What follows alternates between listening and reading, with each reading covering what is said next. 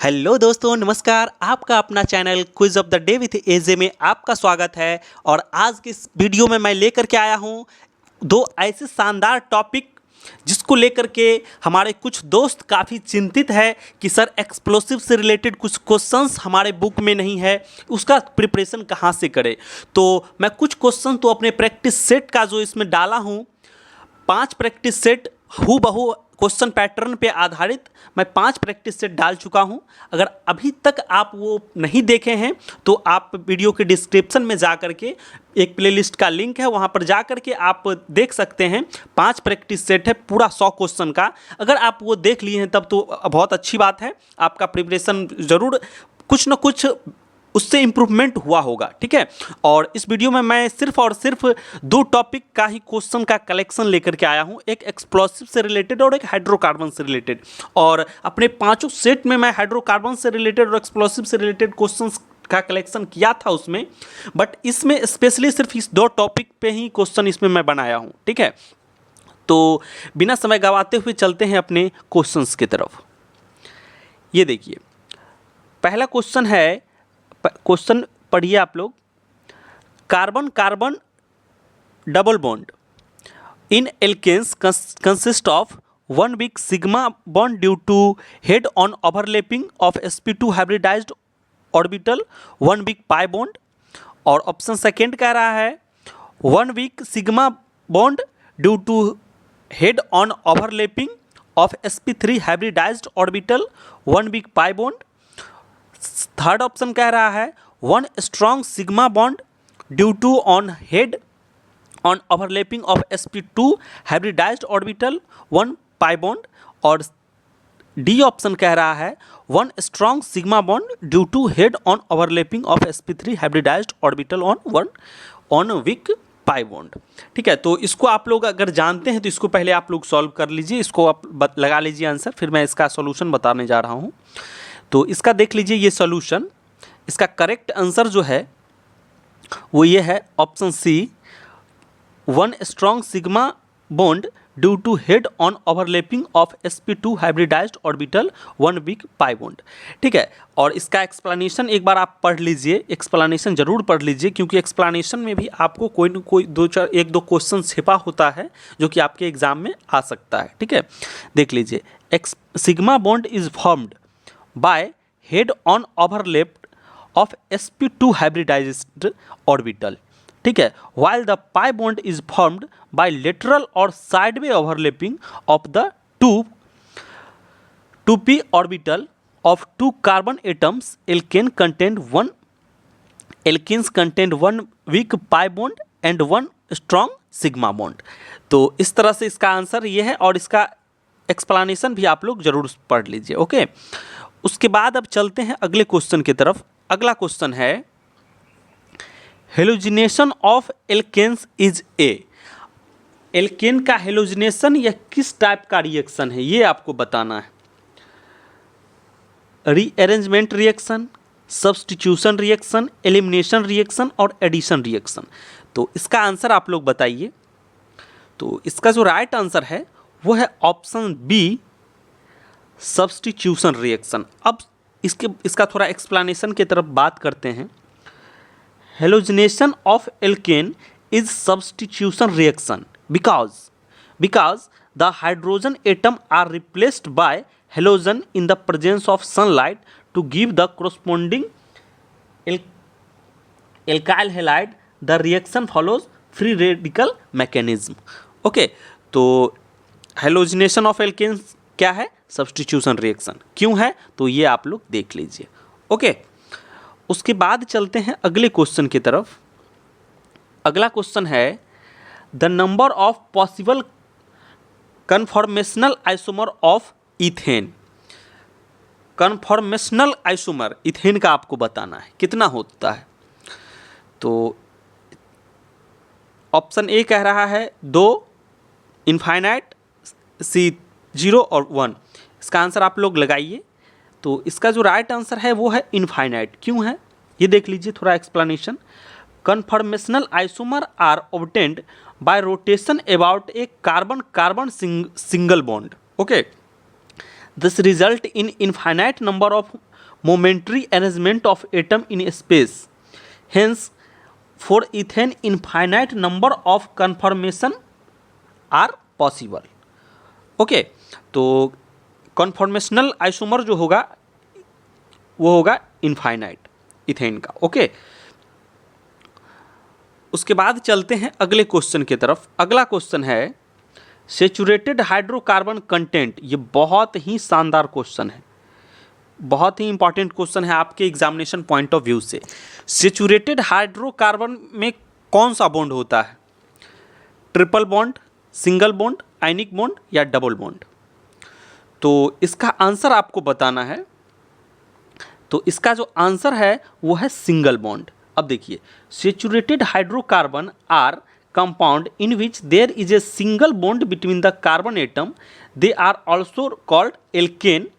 ठीक है, और इसका फार्मूला ये है, वो तो आपको हम बहुत पहले बता चुके हैं पहले वीडियो में ही.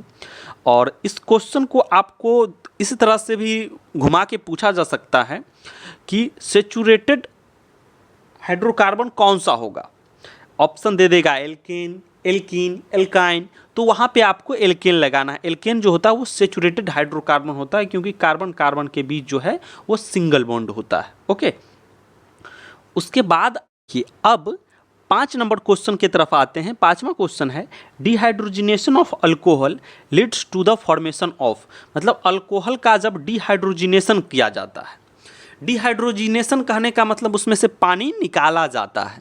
पानी निकालने का और क्या तरीका होगा, उसको हीट किया जाएगा, है ना. मतलब जब अल्कोहल को हीट किया जाएगा तो क्या फॉर्म होगा ये आपको बताना है. तो इसका राइट आंसर जो है वो है ऑप्शन फर्स्ट जो है वो एल्कीन है. ठीक है, एल्कीन. तो ये यहाँ पर पहला इसका आंसर सही है, एल्कीन. ओके, अब देखिए ये अल्कोहलिक है, ठीक है, ब्रोमोइथेन, और ये अल्कोहल वाला है. तो इसमें इसको जब हीट किया जाता है, मतलब हीट करने से तो पानी हट जाएगा, तो ये जो बनता है वो इथीन बनता है. एक एग्जाम्पल ये हुआ, मतलब कोई अल्कोहल में से एक एग्जाम्पल ये मान के चलिए, एक ब्रोमोइथेन है, इथीन बन रहा है, उसको आप छोड़ दीजिए. ओवरऑल अगर आप देखेंगे तो जब कोई अल्कोहल से, ठीक है, जब कोई अल्कोहल को हीट किया जाता है या उसको डिहाइड्रोजिनेशन किया जाता है तो क्या बनता है, एल्कीन बनता है. ठीक है, तो ये इसका एग्जाम्पल है, यहाँ से आप लोग याद समझ सकते हैं. ठीक है, और ये जो हीट किया जाता है इसका फिर बाय प्रोडक्ट इधर वाटर भी है. ओके, उसके बाद चलते हैं अगले क्वेश्चन की तरफ. अगला क्वेश्चन है what is the physical state of first 4 alkanes. अब फर्स्ट 4 एल्केन, फर्स्ट 4 कहने का मतलब 1, C1, C2, C3, C4.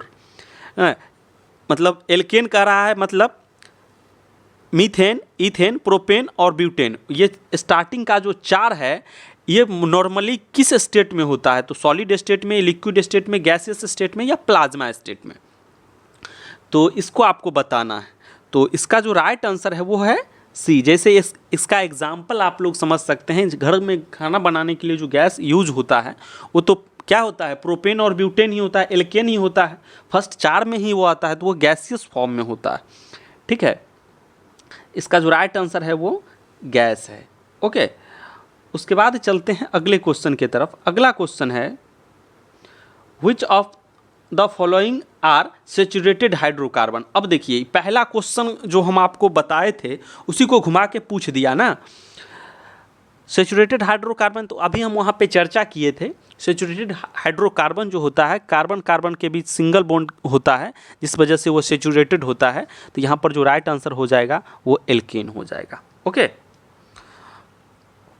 उसके बाद चलते हैं अगले क्वेश्चन की तरफ.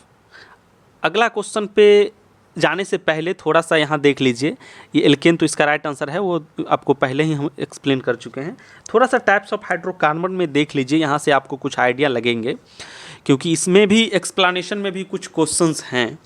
जैसे देखिए हाइड्रोकार्बन 2 तरह के हैं, सेचुरेटेड और अनसेचुरेटेड.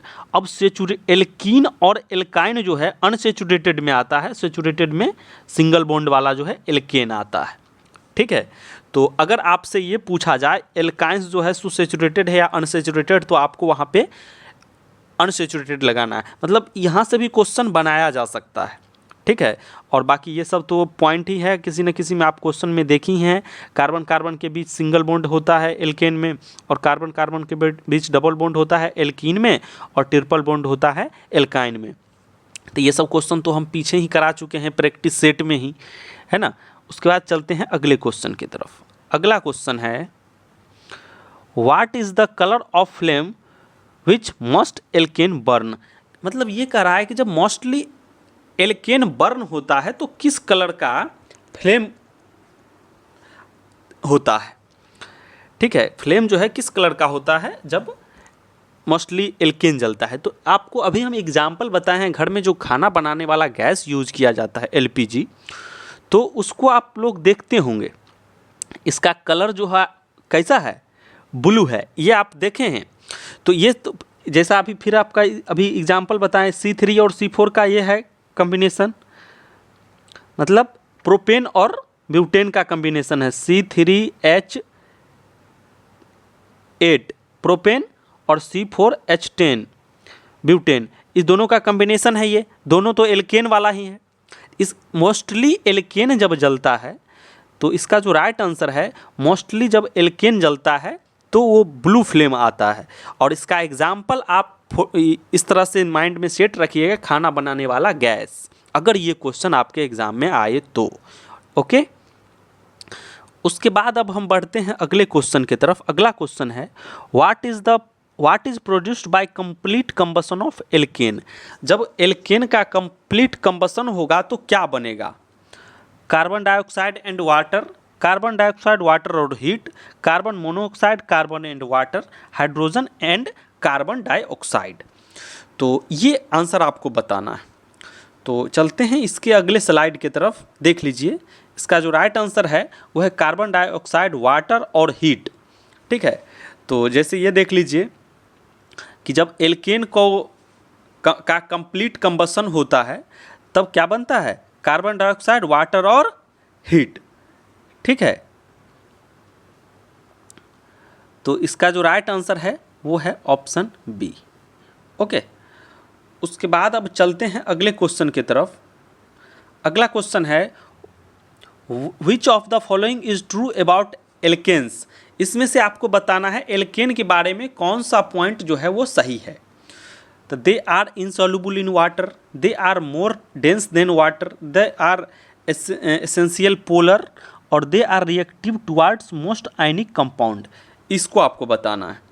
तो इसका आंसर जानने से पहले थोड़ा सा हम ये देख लेते हैं एल्केन के बारे में। वैसे इसका आंसर तो ऊपर में लिखे हुए हैं, ये इनसॉल्युबल इन वाटर होता है, पानी में जो है यह नहीं घुलता है एल्केन।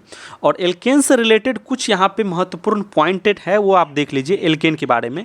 सबसे पहले तो ये होता है नॉन पोलर। अगर आपसे पूछ दिया जाए, चूँकि एल्केन से रिलेटेड कुछ क्वेश्चन आपके एग्जाम में आएंगे, तो एल्केन जो होता है वो नॉन पोलर होता है। आपसे ऑब्जेक्टिव यहाँ से एक बन सकता है। एल्केन जो होता है वो इनसॉल्युबल इन वाटर होता है, ऑब्जेक्टिव यहाँ से बनाया जा सकता है। ये जो होता है कंबस्टिबल होता है, ऑब्जेक्टिव यहाँ से भी जनरेट किया जा सकता है। इसका रिएक्टिविटी जो होता है वो लो होता है। और अगला पॉइंट है increase in boiling and melting point with molecular weight. Molecular weight बढ़ने से उसका जो है सो बॉइलिंग पॉइंट और मेल्टिंग पॉइंट बढ़ता है, ठीक है। तो इस तरह से, और एल्केन का ये सब तो ग्रुप आप देख ही रहे हैं, है ना। इसका जनरल फार्मूला CnH2n+2 है। तो एल्केन के बारे में ये सारा पॉइंट आपको याद रखना ज़रूरी है, क्योंकि एक एक पॉइंट में आपको क्वेश्चन क्रिएट किया जा सकता है। ओके, उसके बाद अगला क्वेश्चन है loss of hydrogen halide from alkyl halide Gibbs. मतलब एल्काइल हैलाइड में से अगर हाइड्रोजन का लॉस होता है, हाइड्रोजन हैलाइड का, तो क्या फॉर्म होता है, एल्किन्स, एल्केन्स, एल्काइंस या हेलोजन। तो चलते हैं अगले इसके सॉल्यूशन की तरफ। सॉल्यूशन देख लीजिए, ये एल्कीन होगा, ठीक है। देखिए, alkene can be obtained from halo alkanes. Halo alkane को ही बोलते हैं alkyl halide. Okay, these halo alkanes are usually bromo and iodo and less commonly chloro. The chloro derivatives halo alkane on heating with alcoholic KOH losses 1 molecules of hydrogen halide to give alkene. ठीक है, इसका example भी है। तो बढ़ते हैं अगले question की तरफ। चूँकि इसमें बस 2 ही टॉपिक से मैं क्वेश्चन लेकर के आया हूँ, हाइड्रोकार्बन से रिलेटेड और एक्सप्लोसिव से रिलेटेड, इसलिए हर क्वेश्चन का मैं एक्सप्लेनेशन लेकर के आया हूँ। क्योंकि ये 100 क्वेश्चन का प्रैक्टिस सेट नहीं है कि मैं जल्दी जल्दी उसको ख़त्म कर दूँ। ठीक है, हर क्वेश्चन का एक्सप्लेनेशन है, इसलिए ज़्यादा क्वेश्चन इसमें नहीं लेकर के आया हूँ। ठीक है, उसके बाद चलते हैं अगले क्वेश्चन की तरफ। फिर भी 35-40 क्वेश्चन है, घबराना नहीं है, कम क्वेश्चन नहीं है। उसके बाद अगला क्वेश्चन है which of the following is true about alkynes. अब आपको बताना है एल्काइन के बारे में कौन सा पॉइंट जो है वो सही है। They are polar, they do not dissolve in organic solvent, they are saturated hydrocarbon और दे आर नॉन पोलर। तो इसका देख लीजिए, दे आर, इसका आंसर जो है वो है नॉन पोलर। ठीक है, एल्काइंस जो होते हैं नॉन पोलर होते हैं। और एल्काइन के बारे में कुछ पॉइंट आप लोग ये देख लीजिए, एल्काइन का कुछ प्रॉपर्टी। ठीक है, similar to alkanes and alkynes. ठीक है, ये अब देखिए, ये नॉन पोलर होता है। ओके, इनसॉल्युबल इन वाटर होता है, अभी बताए हैं एल्केन का, सेम टू सेम इसका भी वैसा ही है। Soluble in non polar solvent, और नॉन पोलर सॉल्वेंट में ये सॉल्युबल होता है, वाटर में इनसॉल्युबल होता है और नॉन पोलर सॉल्वेंट में सॉल्युबल होता है। Less dense than water, low melting and boiling point, इसका मेल्टिंग और बॉइलिंग पॉइंट जो होता है वो लो होता है। ठीक है, उसके बाद चलते हैं अगले क्वेश्चन की तरफ। अगला क्वेश्चन है test for the presence of alkene is called. किसी भी सैंपल में कोई आपको दे देगा और उसमें पता करना रहेगा कि उसमें एल्कीन है या नहीं, कैसे पता चलेगा, कौन सा टेस्ट किया जाएगा, आयोडीन टेस्ट या बेनेडिक्ट टेस्ट या बेयर टेस्ट या कॉल्बे इलेक्ट्रोलाइटिक मेथड, इसमें से कौन सा टेस्ट होगा। तो चलते हैं इसके आंसर के तरफ। इसका जो आंसर है वो बेयर्स टेस्ट। अब बेयर टेस्ट क्या है, मैं एक सेट में आपको चर्चा किया था, यहाँ पर पिक्चर के माध्यम से देख लीजिए। जैसे कि मान के चलिए कोई सॉल्यूशन, कोई सैंपल लिया और उसमें पता करना है हमको कि उसमें एल्कीन है या नहीं, एल्कीन है या नहीं, मतलब डबल बॉन्ड है या नहीं। तो क्या किया जाता है, KMnO4 का कुछ ड्रॉप जो है इसमें डाला जाता है, और KMnO4 जो है यही बियर्स रिएजेंट है। ठीक है, डाला जाता है। अगर वो ब्राउन हो जाता है, डालने से अगर हमारा सैंपल ब्राउन हो जाता है, तो इसका मतलब हुआ कि उसमें जो है वो डबल बॉन्ड है, मतलब कि उसमें आपको एल्कीन है। और अगर आपको वो कलर जो है उसमें कोई चेंजिंग नहीं होता है, जिस कलर का हम ये डालते हैं KMnO4 उसी कलर का रह जाता है, इसका मतलब उसमें जो है डबल बॉन्ड नहीं है।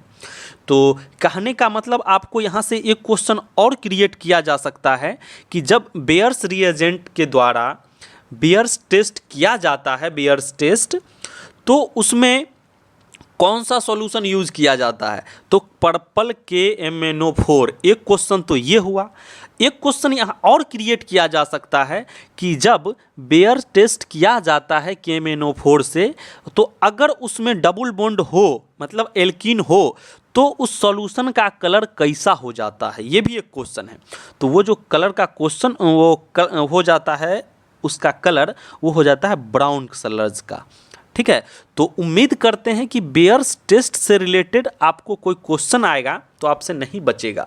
ठीक है, और इसको एक क्वेश्चन और पूछा जा सकता है कि बेयर्स टेस्ट जो है किसके लिए किया जाता है, एल्केन के लिए, एल्कीन के लिए, एल्काइन के लिए। तो आप लोगों को डबल बॉन्ड वाला ये याद रहेगा फोटो में, तो वो होता है एल्कीन का। ओके, तो इसमें इस एक स्लाइड में कम से कम 3-4 क्वेश्चंस छुपे हैं। ठीक है, इसलिए मैं क्वेश्चन का बहुत ज़्यादा इसमें क्वेश्चन नहीं लाया हूँ, जिससे कि आपको जल्दी हमको वीडियो को स्किप करना पड़ेगा। ठीक है, इसलिए क्वेश्चन का कलेक्शन कम है, बट एक्सप्लेनेशन के साथ है, तो आपको क्वेश्चन ज़्यादा समझ में आएगा। ओके, और एग्ज़ाम में एक क्वेश्चन से आपको यहाँ से 3-4 क्वेश्चन कवर हो जाएंगे। ओके, उसके बाद चलते हैं अगले क्वेश्चन की तरफ। अगला क्वेश्चन है what is the term used for the reaction of an alkane and halogen, substitution reaction, elimination reaction, dehydrogenation reaction और हाइड्रोजनेशन रिएक्शन। तो इसका आंसर आपको बताना है। इसका चलते हैं अगले स्लाइड की तरफ, ये देख लीजिए। इसका जो आंसर है वो है सब्स्टिट्यूशन रिएक्शन। मतलब जब एल्केन का, ठीक है, हेलोजन के साथ रिएक्शन किया जाता है तो ये सब्स्टिट्यूशन रिएक्शन का एग्जाम्पल है। हेलोजन आपको कुछ भी हो सकता है। हेलोजन कौन कौन सा है ये मैं आपको एक बार चर्चा कर देता हूँ। फ्लोरीन, क्लोरीन, ब्रोमीन, आयोडीन, ठीक है, फ्लोरीन, क्लोरीन, ब्रोमीन, आयोडीन, ये सभी जो है वो हेलोजन है। तो मतलब आपका एल्केन के साथ ये इसके साथ किसी का भी रिएक्शन कराएगा तो वो सब्स्टिट्यूशन रिएक्शन का वो एग्जाम्पल है। ठीक है, आपको ऐसा इसलिए बोले कि आपको पूछा जा सकता है, 2 4 5 ऑप्शन दे देगा, पूछ देगा इसमें से बताइए हेलोजन कौन सा है, तो आपको याद होना चाहिए कि फ्लोरीन, क्लोरीन, ब्रोमीन, आयोडीन ये सभी जो है वो क्या है, हेलोजन है। ठीक है, उसके बाद चलते हैं अगले क्वेश्चन की तरफ। अगला क्वेश्चन है aromatic hydrocarbon are also known as. Aromatic hydrocarbon को क्या बोलते हैं? एसिटल्डिहाइड, ब्यूटाइन, एरिन्स या एरिन्स, स्पेलिंग में फ़र्क है। इसका आंसर आपको बताना है। तो एरोमेटिक हाइड्रोकार्बन को जो बोलते हैं वो ऑप्शन डी एरिन्स बोलते हैं, ARINES। ठीक है, एरिन्स। ओके, उसके बाद बढ़ते हैं अगले क्वेश्चन की तरफ। अगला क्वेश्चन है which of the following hydrocarbon does not have any isomer. बहुत है, ये भी क्वेश्चन अपने आप में काफ़ी शानदार क्वेश्चन है। अक्सर आपको किसी न किसी एग्जाम में देखने को मिलेगा। किस हाइड्रोकार्बन का एक भी आइसोमर नहीं होता है? तो ये आपको बताना है C7H16, C6H14, C5H10 और C3H8। तो इसका जो राइट आंसर है वो है C3H8। मतलब क्या, प्रोपेन। प्रोपेन का जो है एक भी आइसोमर नहीं है। ओके, ये देख लीजिए क्यों नहीं है, ये देख लेते हैं। इसका आंसर तो ये है C3H8। Since propane comprises 3 carbon, इसमें 3 कार्बन होता है, and this atoms can not be rearrange differently, और 3 कार्बन का तो है ही, इसको ज़्यादा जो है सो चेंज नहीं कर सकते हैं। अब जैसे मान के चलिए कि ये 3 कार्बन का है, इसको या तो ऐसे लिख सकते हैं या ऐसे लिख सकते हैं, है ना। तो कैसे भी इसको अरेंज करेंगे तो ये इसका आइसोमर नहीं बन पाएगा। आइसोमर बनने के लिए कम से कम 4 चाहिए, तभी कम से कम 4 चाहिए, है ना। तो अब बढ़ते हैं अगले क्वेश्चन की तरफ। अगला क्वेश्चन है benzene is the structure formed by 6 carbon atom ring with double bond, 1 double bond, 2 double bond, 4 double bond और 3 डबल बॉन्ड। इसका आंसर आपको बताना है।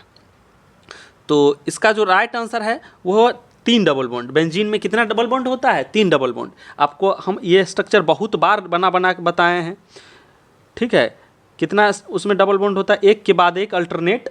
देखिए, benzene is cyclic compound of 6 atoms having alternate double bond. Okay, कितना होता है इसमें? 3 डबल बॉन्ड। ओके, अब चलते हैं अगले क्वेश्चन की तरफ। अगला क्वेश्चन है the preparation of benzene from acetylene can be said as. अब देखिए, बेंजीन जब बनाया जाता है एसिटिलीन से तो उसको किस टाइप का रिएक्शन बोलते हैं? Oxidation reaction, polymerization reaction, dehydration या कंडेंसेशन? तो इसका आंसर आपको बताना है। इसका आंसर वैसे बता देता हूँ, पॉलीमराइजेशन है, और बाकी इस अगले स्लाइड में चलते हैं। ये देख लीजिए, ये देख लीजिए, एसिटिलीन से बनाया बेंजीन, और ये जो है polymerization of acetylene to benzene. ये इसका पॉलीमराइजेशन किया जाता है रेड हॉट ट्यूब के प्रेजेंस में, तो ये बेंजीन जो है बन जाता है एसिटिलीन। ओके, और ये जो है एग्जाम्पल है पॉलीमराइजेशन का एग्जाम्पल है। ठीक है, उसके बाद बढ़ते हैं अगले क्वेश्चन की तरफ। अगला क्वेश्चन है the resonance energy of benzene. Benzene का रेजोनेंस एनर्जी कितना होता है? 150.5 किलो जूल पर मोल, 250.250.5 किलो जूल पर मोल, 150.5 किलो कैलोरी पर मोल, 250.5 किलो कैलोरी पर मोल। तो इसका जो राइट आंसर है वो है ऑप्शन ए 150.5 किलो जूल, यूनिट पर भी ध्यान दीजिएगा, किलो जूल पर मोल। एग्जाम में आपको कैलोरी वाला दे देगा 150 वाला, तो नहीं मारना है, किलो जूल एक ये हो। ठीक है, इसका एक्सप्लेनेशन ये देख लीजिए, इसका पूरा निकाले हुए हैं, ये देख लीजिए, इसको आप पॉज करके देख लीजिए। इसका रेजोनेंस एनर्जी जो है यहाँ पे 150 है। ठीक है, 150 है, देख लीजिए, क्योंकि वो मार्क करने में वो ढक जाता है पीछे। उसके बाद चलते हैं अगले क्वेश्चन की तरफ। अगला क्वेश्चन है, what catalyst is employed when benzene is prepared from acetylene at 70 degree Celsius. जब एसिटिलीन से बनाया जाता है बेंजीन, तो उसमें कौन सा कैटलिस्ट यूज किया जाता है, ये आपको बताना है। तो कौन सा कैटलिस्ट यूज किया जाता है? ऑप्शन ए Cr2O3 प्लस Al2O3 एल है प्लस SiO2, या प्लेटिनम, निकेल या मोलिब्डेनम। तो इसका जो राइट आंसर है वो है option C, nickel. Option C, nickel. Okay, ये देख लीजिए, इसका एग्जाम्पल आप देख लीजिए। ये देखिए, इथिन या एसिटिलीन उसी को बोलते हैं, कंफ्यूज नहीं होइएगा। इथिन से बना रहा है बेंजीन। ये पूरा रिएक्शन है, आप लोग एक बार देख लीजिए। ठीक है, और इसमें जो कैटलिस्ट यूज़ किया जाता है, देखिए 70 डिग्री पे वो निकेल कैटलिस्ट यूज़ किया जाता है। ठीक है, ये पूरा रिएक्शन है, ये देख लीजिए। यहाँ से भी आपको कुछ क्वेश्चन बनाया जा सकता है। ठीक है, कुछ क्वेश्चन बनाया जा सकता है। क्या क्या बनाया जा सकता है? तो जैसे ये भी पूछा जा सकता है, जब इथिन से बेंजीन बनाते हैं तो इंटरमीडिएट क्या बनता है? 1,2 डाइक्लोरोइथेन। ठीक है, अब या फिर आपसे ये भी पूछा जा सकता है कि इथिन से इथाइन बनाते हैं तो किसके प्रेजेंस में? अल्कोहलिक KOH के प्रेजेंस में। तो आपको यहाँ से यहाँ तक में एक दो क्वेश्चन क्रिएट किया जा सकता है, इसलिए इसको आप लोग बारीकी से एक बार देख लीजिए। ठीक है,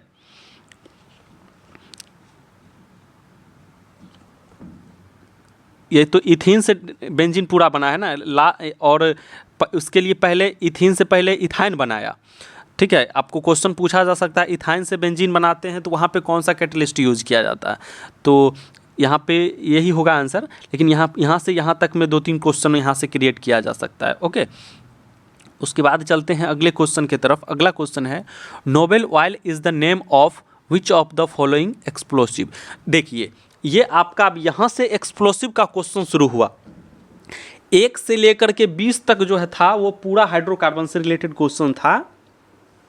अब आपको यहाँ से 21 से आगे जो है एक्सप्लोसिव से क्वेश्चन मिलेगा।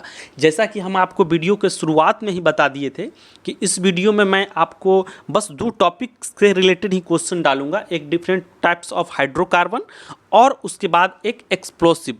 ठीक है, जो कि हम लोगों के OP गुप्ता में अवेलेबल नहीं है, जहाँ से हम लोग मैक्सिमम तैयारी करते हैं। जो भी हमारा बुक अवेलेबल है, तो इसलिए मैं इस 2 टॉपिक का इसमें क्वेश्चन लेकर के आया हूँ। तो पहला इसको आपको बताना है, नोबेल ऑयल किस एक्सप्लोसिव का नाम है? TNT का, TNA का, TNP का या TNG का? इसका आंसर आपको बताना है। तो चलते हैं अगले स्लाइड की तरफ, ये देख लीजिए। TNG is prepared by addition of sulphuric acid and nitric acid to glycerine. ठीक है, it is colourless oily liquid. TNG is used in preparation of dynamite, therefore known as Nobel oil. अब देखिए, इसी किसको बोलते हैं? TNG को। अब देखिए, TNG से रिलेटेड यहाँ पर कुछ पॉइंट आ गया। आपको क्वेश्चन पूछा जा सकता है, TNG को मतलब किसके किसके एडिशन से बनाया जाता है? तो एक सल्फ्यूरिक एसिड और नाइट्रिक एसिड, एक क्वेश्चन यहीं पे बन गया।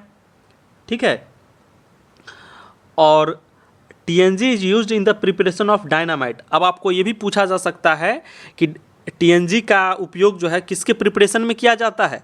तो डायनामाइट के प्रिपरेशन में। 2 क्वेश्चन हो गया। एक्सप्लेनेशन को आप लोग ध्यान से देखिए, क्योंकि इसमें भी क्वेश्चन छुपा है। ठीक है, अब देखिए, कुछ एक्सप्लोसिव जैसे TNG, इसका फुल फॉर्म है ट्राई नाइट्रोग्लिसरीन। CTT का फुल फॉर्म क्या है?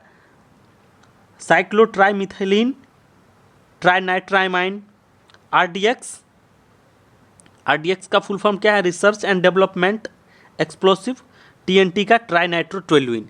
तो ये तो इसका फुल फॉर्म है, ये भी आपसे पूछा जा सकता है। मतलब 2-3 क्वेश्चन यहाँ पे बना, 2 और 4 क्वेश्चन तो यहाँ पे है ही।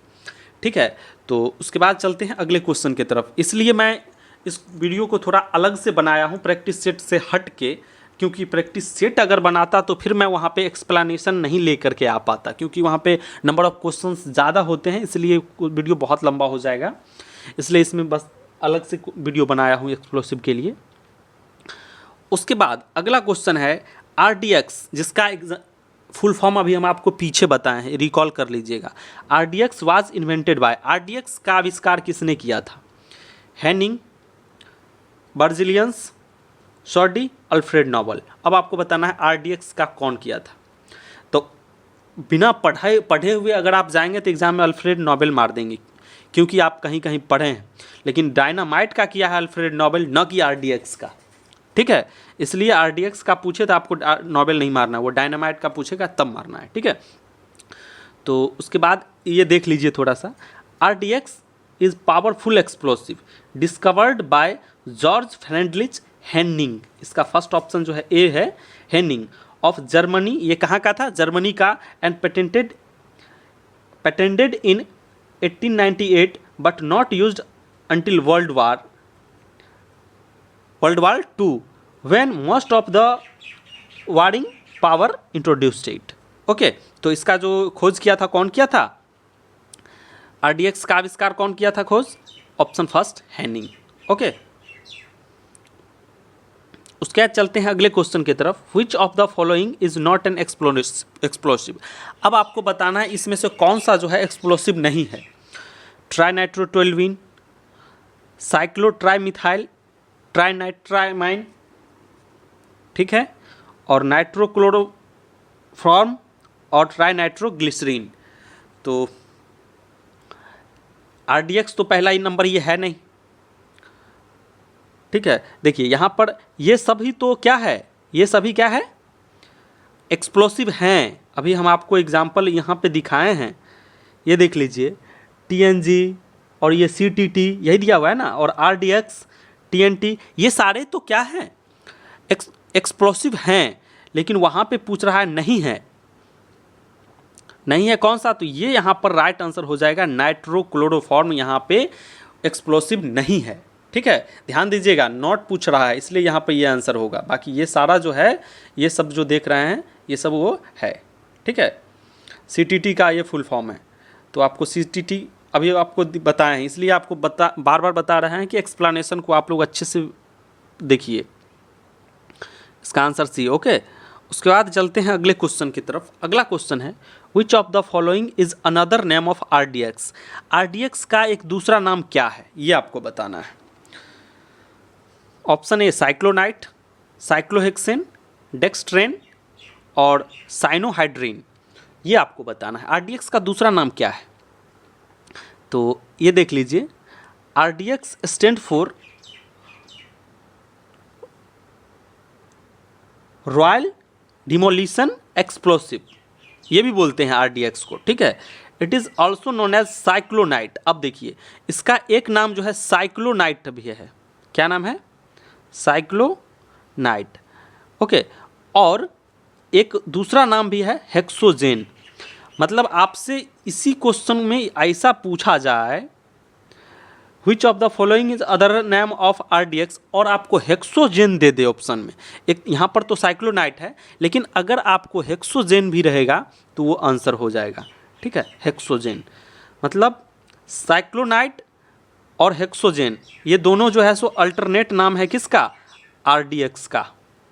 ओके, RDX का फुल दो नाम साइक्लोनाइट और हेक्सोजेन। ध्यान दीजिएगा, यहाँ से क्वेश्चन जब आपके एग्जाम में आएगा, अगर आप ध्यान से नहीं देखे रहेंगे तो आप वहाँ पे देख के अफसोस करेंगे कि एक वीडियो में तो हमने देखा था बट ध्यान नहीं दिया। इसलिए आप लोग यहाँ पर ध्यान दीजिए, ताकि एग्ज़ाम में आपको पछताना ना पड़े, वहाँ पे आपको रिग्रेट फील ना हो। ठीक है, इसलिए बारीकी से देखिए, हो सके तो आप लिख भी लीजिए, और वीडियो आप लोग बार बार नहीं ही देखेंगे। मान के चलिए कि आप एग्ज़ाम में जा रहे हैं, ट्रेन में जा रहे हैं, आप अपना एक शॉर्ट नोट ही बना लीजिए। मेरा 5 सेट मैं डाल चुका हूँ 70 क्वेश्चन का। टेक्निकल क्वेश्चन 350 तो हो चुका है अभी तक। अगर सिर्फ उस सब का भी आप अलग से नोट्स बना लेंगे, उसको आप पढ़ लेंगे, तो उससे भी आपको कुछ बेनिफिट मिलने वाला है। ठीक है। तो हमारे वीडियो का हो सके तो आप शॉर्ट नोट एक अपना बना लीजिए, ताकि एग्ज़ाम में जाते समय आप ट्रेन में भी रिवीजन कर लीजिएगा, तो आपको मेरा पूरा वीडियो का रिवीजन हो जाएगा। ठीक है, चलते हैं अगले क्वेश्चन की तरफ। अगला क्वेश्चन है which one of the following is used as an explosive. इसमें से कौन सा जो है एक्सप्लोसिव की तरह यूज़ किया जाता है? Nitroglycerine, graphite, mercuric oxide, phosphoric trioxide. तो इसका भी आंसर आप लोग बता सकते हैं। ऑप्शन ए, नाइट्रोग्लिसरीन का यूज जो है एक्सप्लोसिव की तरह करते हैं, बाकी ये सब तो नहीं करते हैं। ठीक है, ये देख लीजिए नाइट्रोग्लिसरीन, ये इसका स्ट्रक्चर है, एक्सप्लोसिव की तरह यूज किया कर रहा है। ठीक है, उसके बाद चलते हैं अगले क्वेश्चन की तरफ। विच of the following is used in the production of explosive. इसमें से किसका यूज जो है एक्सप्लोसिव के प्रोडक्शन में किया जाता है? ऑक्जेलिक एसिड का, यूरिया का, मिथेनॉल का या ग्लिसरॉल का, ये आपको बताना है। तो इसका जो राइट आंसर है वो है ऑप्शन डी। ये जरा सा एक्सप्लेनेशन अगला देख लीजिए, ये देख लीजिए, यहाँ देखिए, as a precursors to explosive. Explosive में जो है ये ग्लिसरॉल का यूज़ किया जाता है। ठीक है, अब देखिए, अब यहाँ पर ये देख लीजिए ग्लिसरॉल का फार्मूला भी दिया हुआ है C3H8O3। हो सकता है आपके एग्ज़ाम में पूछ दिया जाए ग्लिसरॉल का केमिकल फार्मूला क्या है। तो बाकी यूज़ तो बहुत जगह किया जाता है, एंटीफ्रीज में भी किया जाता है, फूड इंडस्ट्री में भी किया जाता है। ठीक है, साबुन वाबुन बनाने में भी ग्लिसरॉल का यूज़ किया जाता है। लेकिन आपको यहाँ पर एक्सप्लोसिव से रिलेटेड क्वेश्चन पढ़ने हैं, तो यहाँ पे आगे नहीं चर्चा करते हैं। ठीक है, तो यहाँ पर जो राइट आंसर हो जाएगा वो हो जाएगा ग्लिसरॉल। ओके, उसके बाद बढ़ते हैं अगले क्वेश्चन की तरफ। अगला क्वेश्चन है the chemical used in the manufacturing of dynamite. अब देखिए, डायनामाइट बनाने में कौन सा केमिकल यूज किया जाता है, ये आपको बताना है। Glycerol try iodate, glycerol try nitrate, glycerol try acetate और ग्लिसरॉल, ये आपको बताना है। तो चलते हैं अगले स्लाइड की तरफ। इसका जो राइट आंसर है वो है option B, glycerol try nitrate. Okay, अब इसका थोड़ा सा एक्सप्लेनेशन देख लेते हैं, ये देख लीजिए। The correct answer is glycerol try nitrate. ठीक है, the chemical used in the manufacturing of dynamite, और डायनामाइट का आविष्कार कौन किया? अल्फ्रेड नोबेल, है ना। Glycerol try nitrate. Okay, nitroglycerine also called triglycerine nitrate. और आपको ऑप्शन में यहाँ पे अगर ये दे देता ये नाइट्रोग्लिसरीन, तो वो भी आंसर सेम होता, क्योंकि दोनों सेम है। ग्लिसरील ट्राई नाइट्रेट या nitroglycerine. Okay, is powerful explosive, is an important ingredient of the most form of dynamite.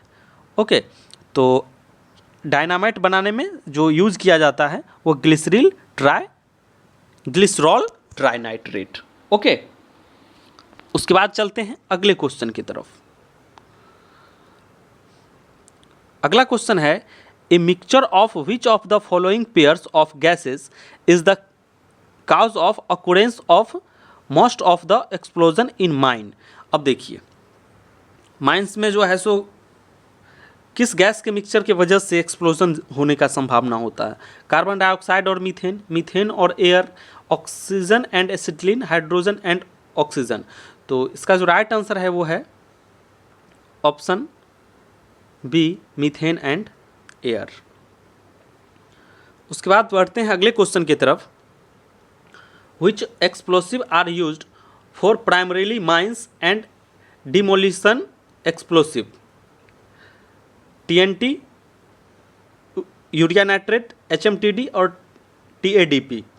तो इसका जो राइट आंसर है वो है option A, use of TNT मतलब trinitrotoluene, is primarily mines and demolition explosive, also use in booster explosive and missile and rocket propellant while urea nitrate is used for the manufacturing of agriculture fertilizer।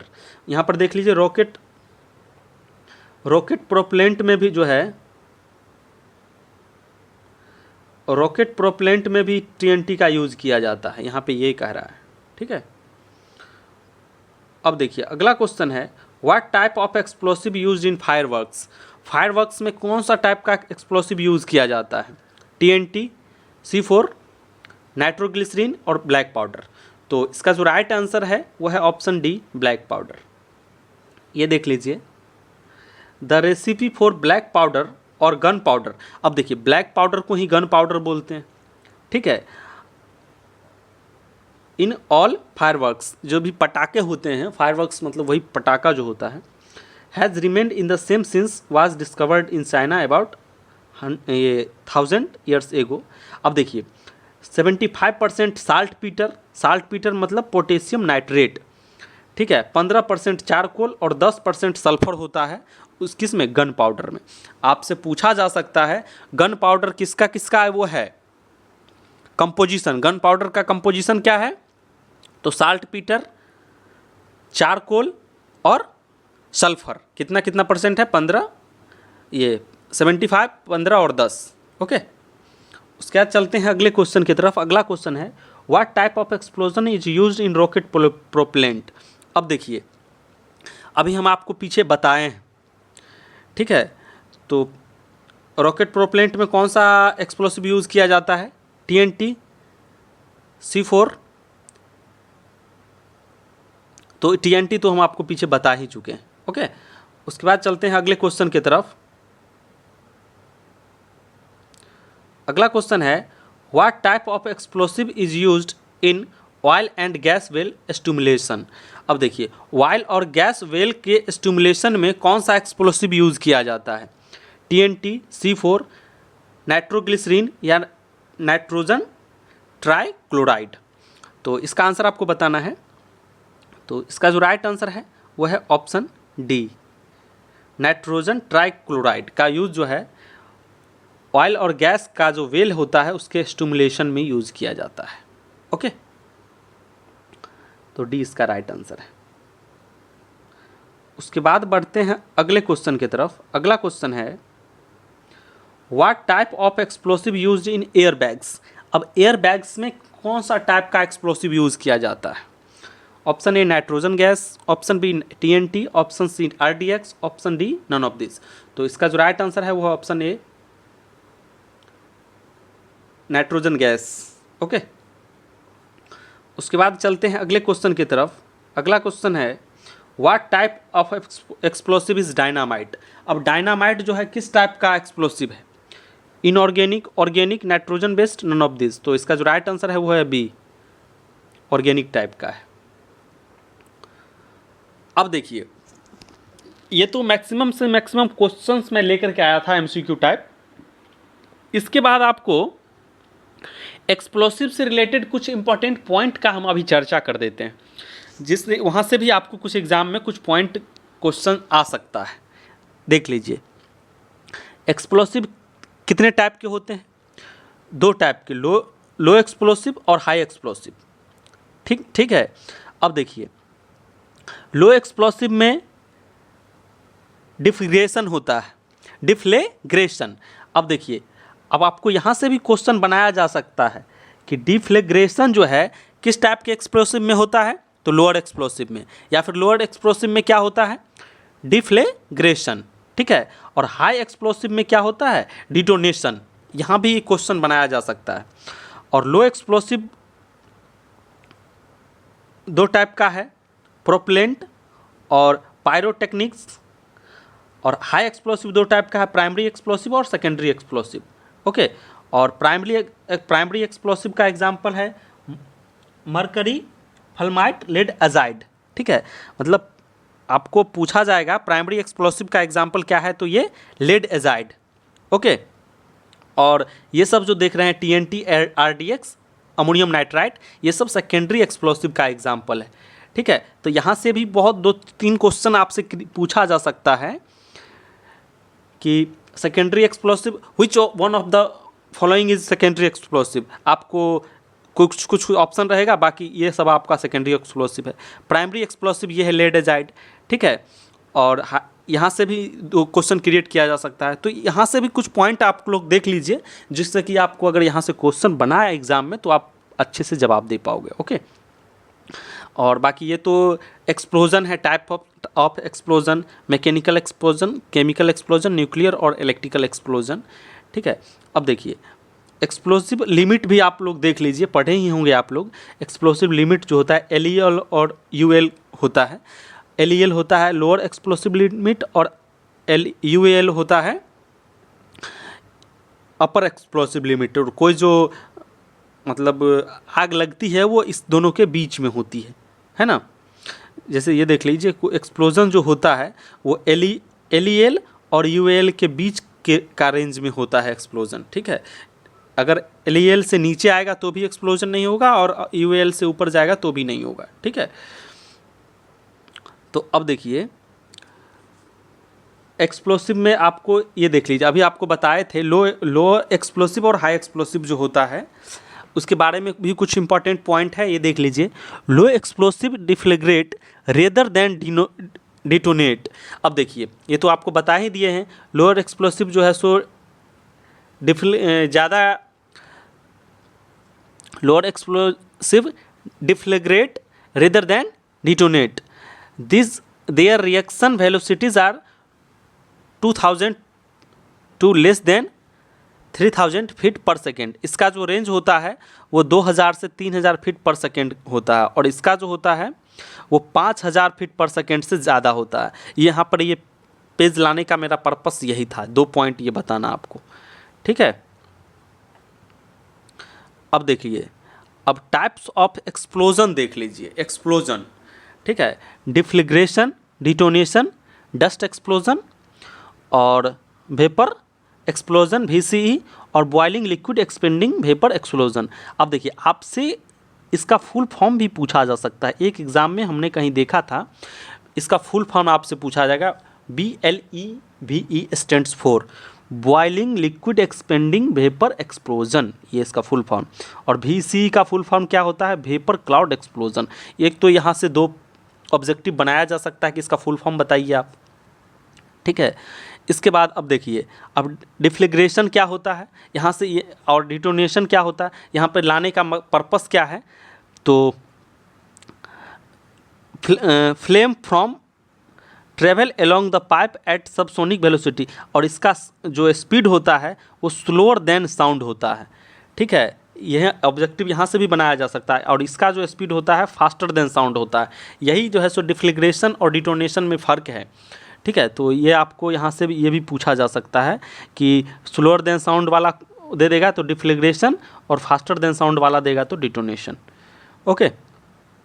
उसके बाद VC vapour cloud explosion के बारे में आप लोग देख लीजिए।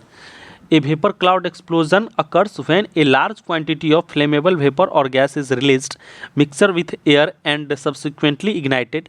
The vapour और gas fuel is usually released due to the loss of process containment. This cloud include the failure of pipe, storage vessel or process reactor. The rapid discharge of flammable process material through a relief system may result in VCE, ठीक है। VCE से related कुछ point है। उसके बाद ये देखिए ये जो आपको फुल फॉर्म ही बता दिए थे कि ब्लू का फुल फॉर्म आपसे पूछा जाएगा। और boiling liquid expanding vapour explosion, जैसे मान के चलिए कि कोई लिक्विड इसमें स्टोर किया जा सकता है, वो उसमें वेपर क्रिएट होगा, उससे जो एक्सप्लोजन होगा, है ना, उससे जो एक्सप्लोजन होगा उसको बोलेंगे ये BLEVE boiling liquid expanding vapour explosion, ठीक है। और उसके बाद देखिए डस्ट एक्सप्लोजन के लिए कुछ पॉइंट आपको ध्यान रखेगा। डस्ट एक्सप्लोजन का पार्ट क्या क्या है? कन्फाइनमेंट, इग्निशन, फ्यूल, ऑक्सीजन और डिस्पर्सन। हो सकता है आपको ऑब्जेक्टिव बना के पूछ दे which is not a part of dust explosion, और कोई एक ऑप्शन इसमें से नहीं देगा, तो क्वेश्चन बनाने को यहाँ से भी बना सकता है, ओके। ये डस्ट एक्सप्लोजन का फ़ोटो है। तो इसी तरह से हम आपको बस इसमें बस 2 ही टॉपिक से ही क्वेश्चन लेकर के आया था। उम्मीद करते हैं कि हमारा प्रयास जो हम इतना मेहनत आपको लिए करते हैं, जहाँ तहाँ से क्वेश्चन का कलेक्शन करते हैं, उम्मीद करते हैं कि आपको पसंद आया होगा। और अगर आपको हमारा मेहनत अच्छा लग रहा है तो अपने दोस्तों को ज़्यादा से ज़्यादा शेयर कर दीजिए, जिससे कि हम आपके आने वाले हर एग्ज़ाम के लिए और बेहतर से बेहतर कंटेंट लाते रहेंगे। वीडियो को पूरा देखने के लिए आपका बहुत बहुत धन्यवाद।